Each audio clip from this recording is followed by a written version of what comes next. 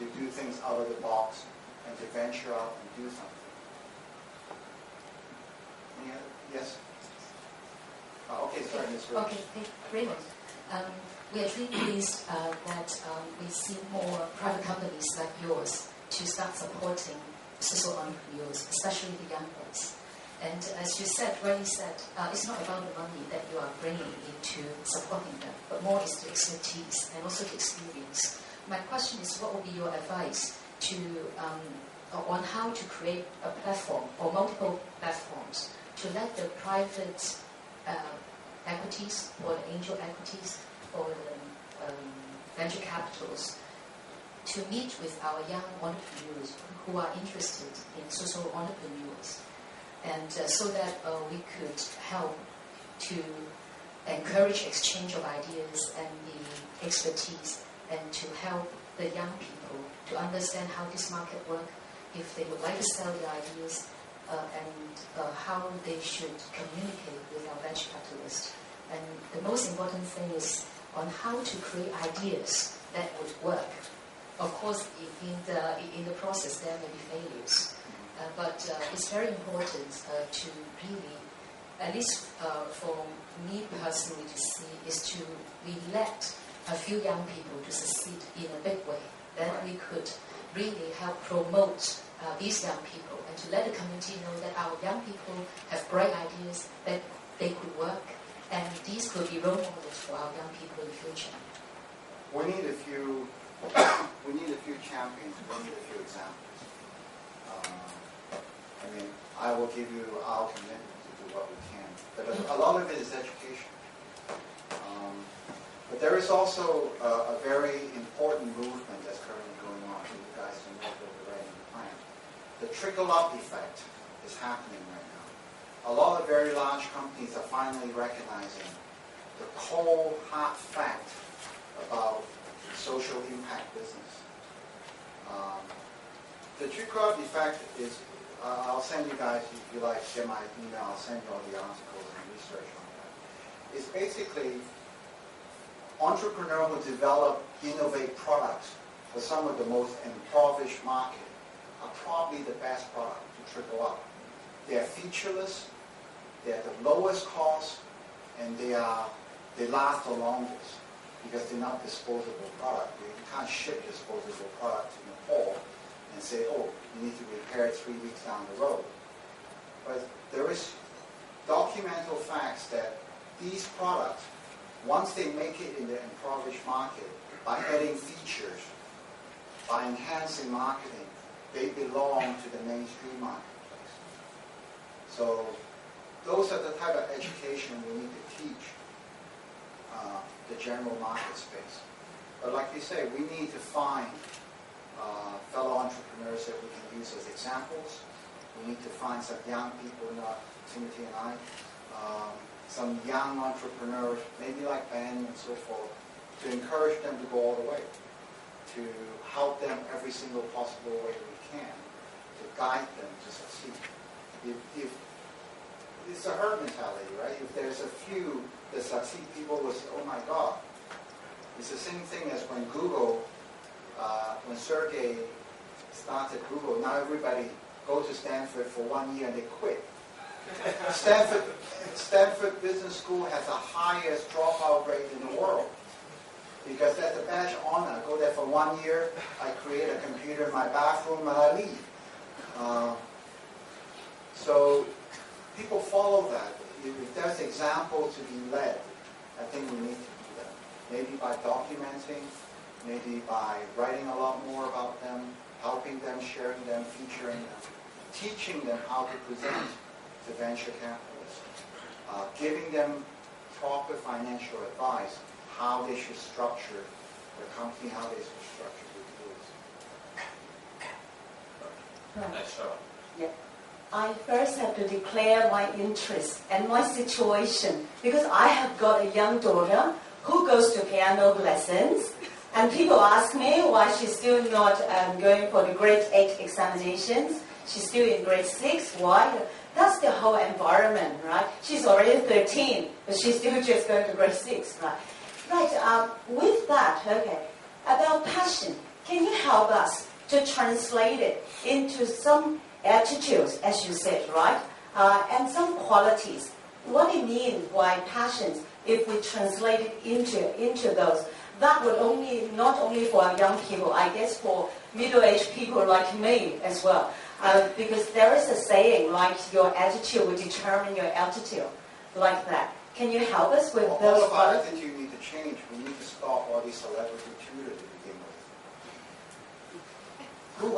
Who do some of the people worship? I was flabbergasted to watch a CNN interview on one of these celebrity tutors who was supposed to be English, who could not put two sentences together. Right? He tells the CNN interview that my students look at what clothes I wear to school and what car I drive to school at them. Are that the value we're trying to provide our kids? So it's a whole societal thing. I mean, coming back here in November last year, I was born in Hong Kong, I'd like to be clear. I'm not complete banana. I came back and worked a couple of times. I was here back for HP in the early 80s, and I'm back for Apple in the mid-80s. And I haven't lived here since. But the whole society has changed, where we pressure our kids to go to exams, obviously, because that's how they get to schools. And we pressure our kids to go to piano lessons. We pressure our kids to go to tutors. And walking around Causeway Bay with a friend of mine, actually JJ, she was saying, oh my God, you got so many movie stars plastered all over outside Excelsior. I say, no, those are tutors. Foreigners would never understand that. Right? So I think the attitude needs to change from within. Attitude needs to change from our parents. Now, I come from a very traditional family. I have argument even with my dad. My son graduated with a master's from LSE in International Relations, London School of Economics. That cost me and my wife multiple houses.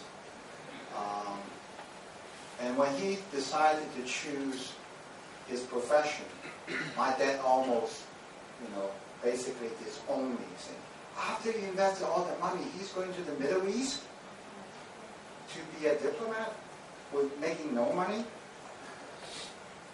Attitude needs to change. Our expectation from our kids needs to change. It should be unconditional love. We should expect them to be a human being. We should expect them to contribute to society.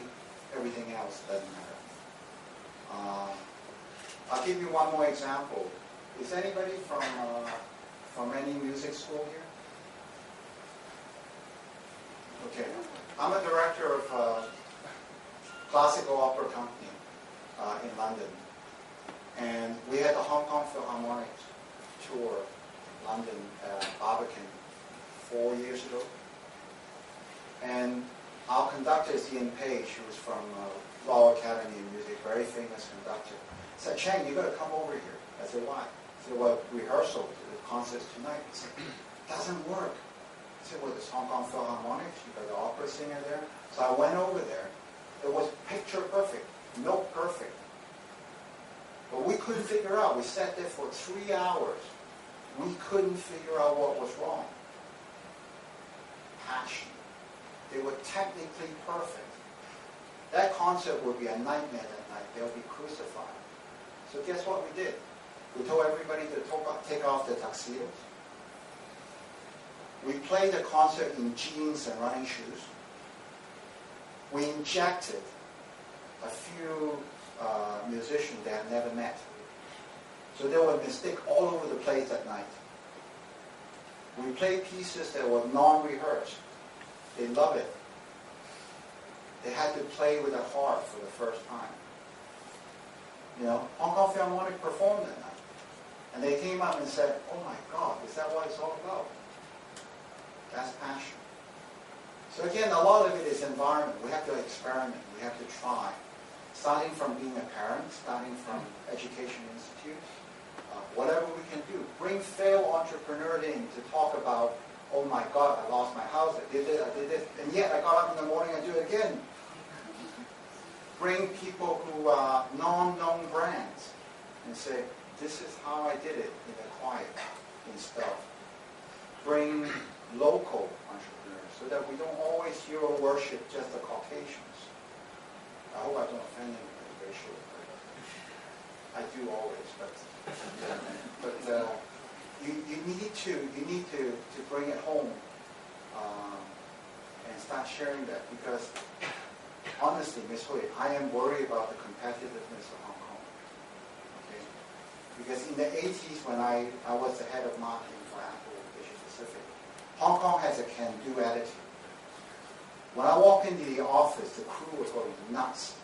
You know, they don't care. They just want to win. They want to make things happen. They develop programs that are all over the box. I'm very fortunate to have a team who believe and is trying new things. But my God, the first time I have a staff meeting, let me share this with you. I hope I don't offend some of my crew sitting there. They know me very well. I integrated two teams. One from foreign educated team, one was local. So I asked everybody to interview one another and introduce themselves. One of the questions was, what is your social value? Which nobody know how to answer. The next question was, who's your hero? Guess what the answer was? The answer from the local team ranges everything from Lee Ga-sing to Leon Lai. The answer came from the foreign team was Maya Angelou, Nelson Mandela, Martin Luther King. And somebody turned around and said, who the hell Nelson Mandela? See, it's the whole education trickle up. Now I have another experience to share with you. If you go to Malaysia, nobody knows about the Holocaust because they took it out of the textbook. Guess what? The impact is Malaysians living overseas or studying overseas are totally disadvantaged because they don't know anything about the Jews. So they can't connect. There's no reason they should take that out. They could have whitewashed it, whatever. But they need to tell the truth because history will reveal itself anyway. So I think a lot of it is the entire education system trickling out. But being in the higher education, I think you guys are doing a marvelous job. So I think they could do a lot more by venturing out with nutcases like us to say, you know, talk about failure, talk about this, talk about